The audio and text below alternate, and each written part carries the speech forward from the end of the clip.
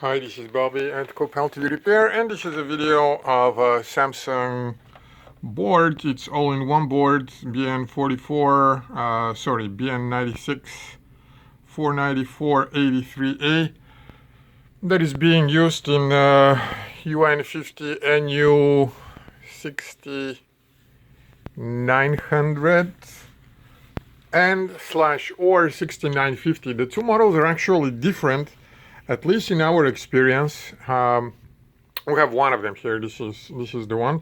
The two boards result in two different effects on the screen, and what I'm going to show you is that board was returned saying that it doesn't work and does not produce image.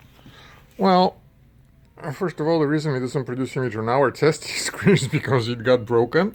But what it does do, and let me show, just press the button here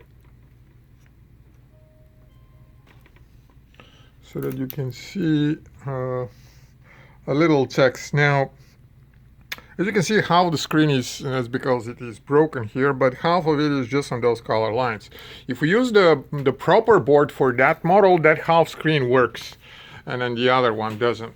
But what this actually means is the output here is different for the two LCD screens, and indeed we traced some of the boards, some of the pins that go back, and one of them has signal, I think.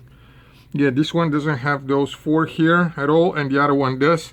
And there may be other differences. Those are simply different panels, different LCDs. They're very similar apparently, but the encoding is different. Maybe one of them has gamma chip inside, maybe something else is different. Whatever it is, they're different enough where one board cannot get used with the other. Maybe the boards themselves are configured for the different LCD panels, which is something that is unusual for Samsung, but apparently it does happen in this model. So what I wanted to show was that this board comes up with the picture. The picture cannot be, not much of the picture can be seen, unfortunately, because our screen is broken, but there it is. You can see volume, press hold, select. All of that works if the LCD screen is right and if it's not broken.